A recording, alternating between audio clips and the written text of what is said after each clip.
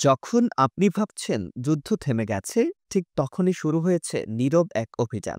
এটি কোনো সাধারণ যুদ্ধ নয়, এটি এমন এক ছায়াযুদ্ধ যার গন্তব্য কাবা শরীফ। মধ্যপ্রাচ্যের বালুকাবেলায় পা ফেলছে ইতিহাসের সবচেয়ে ভয়ঙ্কর চক্রান্ত।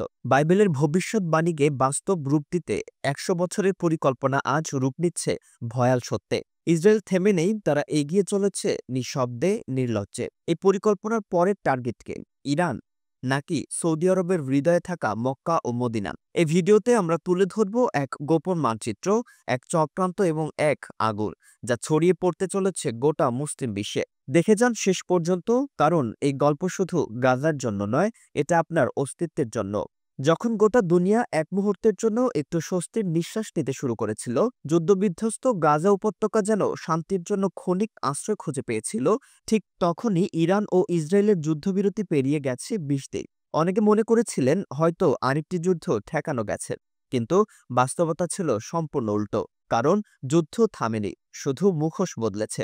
ইসরায়েল যেন নিঃশব্দে পা ফেলছে এক ভয়ঙ্কর পরিকল্পনার পথে, এক তীর্থযাত্রার মতো, যার শেষ গন্তব্য মক্কার পবিত্র কাবা। কিভাবে? এই প্রশ্নের উত্তর লুকিয়ে রয়েছে হাজার বছরের পুরনো এক ধর্মগ্রন্থের পাতায়।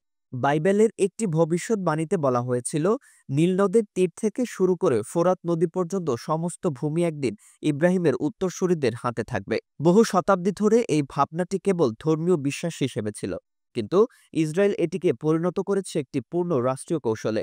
এই গ্রেটার ইসরায়েল বা বৃহত্তর ইসরায়েল পরিকল্পনা শুধু একটি মানচিত্র নয়, এটি একটি গোপন সামরিক রোডম্যাপ, যার পরবর্তী ধাপ হতে পারে সৌদি আরবের অভ্যন্তর, যেখানে অবস্থিত ইসলামের পবিত্রতম স্থান কাবা শরীফ। যদিও ইসরায়েল এই বিষয়গুলো প্রকাশ্যে বলে না, তবে প্রতিটি সামরিক প্রস্তুতি, প্রতিটি গোয়েন্দা অভিযান, এমনকি মধ্যপ্রাচ্যের সীমান্তে প্রতিটি যুদ্ধবিমান মোতায়েন, সবই যেন একে একে তাদের সেই প্রাচীন পরিকল্পনার ইট গেঁথে দিচ্ছে।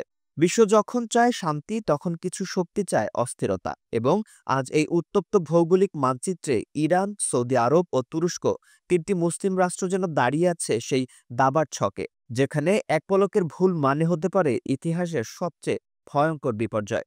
থিওডোর হার্জেলের আঁকা সেই গ্রেটার ইসরায়েল মানচিত্র এখন আর কল্পনা নয়। ১৯৪৮ সালে ইসরায়েল রাষ্ট্রের জন্ম, ১৯৬৭ সালের আরব ইসরায়েল যুদ্ধ জয়, সবই এই লক্ষ্য বাস্তবায়নের ধাপ। এই প্রকল্পে লক্ষ্যবস্তু মিশর, ইরাক, সৌদি আরব, কুয়েত, সিরিয়া, জর্ডান, লেবানন এবং দক্ষিণ তুরস্ক।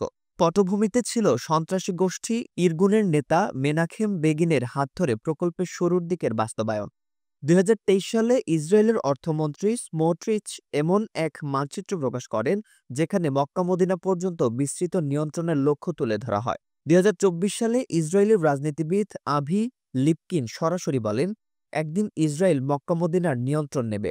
আরও চমকপ্রদ, ১৯৮২ সালে উডে ইন নামক নীতি নির্ধারক প্রণয়ন করেন ইন প্ল্যান, যেখানে আরব দেশগুলোকে ভেতর থেকে দুর্বল করার কৌশল উপস্থাপন করা হয়। এ কৌশলেই ধ্বংস হয় ইরাক, সিরিয়া, লিবিয়া।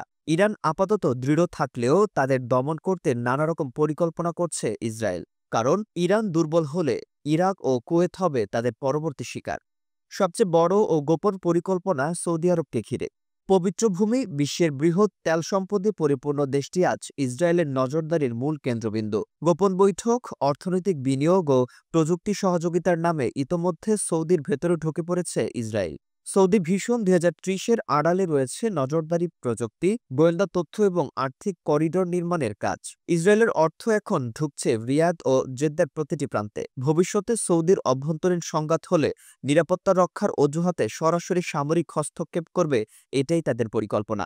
এভাবেই কৌশলে একসময় মক্কা ও মদিনাও তাদের দখলের আওতায় আসবে। আর মুসলিম বিশ্ব তখনও বিভক্ত, নির্বাক দর্শক হয়ে থাকবে, ইতিহাস দেখবে কিন্তু প্রতিরোধ করতে পারবে না।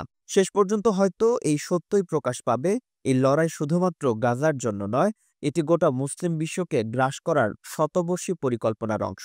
প্রশ্ন একটাই, যদি সত্যি একদিন কাবার মিনারে আগুন জ্বলতে দেখা যায়, তখন কি খুব দেরি হয়ে যাবে প্রতিবাদ করতে? কমেন্টে লিখে জানাও, তোমার মতে এই যুদ্ধ কি শুধু গাজার জন্য, নাকি এটা পুরো মুসলিম বিশ্বের অস্তিত্বের বিরুদ্ধে ঘনিয়ে আসা কালো মেঘ? আর এমন বিশ্লেষণধর্মী প্রতিবেদন পেতে এখনই সাবস্ক্রাইব করো ভোরের আকাশ। কারণ সত্য যখন চাপা পড়ে, তখন দরকার হয় এমন কণ্ঠ, যা সাহস করে তুলে ধরে অন্ধকারের ভেতর লুকিয়ে থাকা ভয়ঙ্কর সত্য।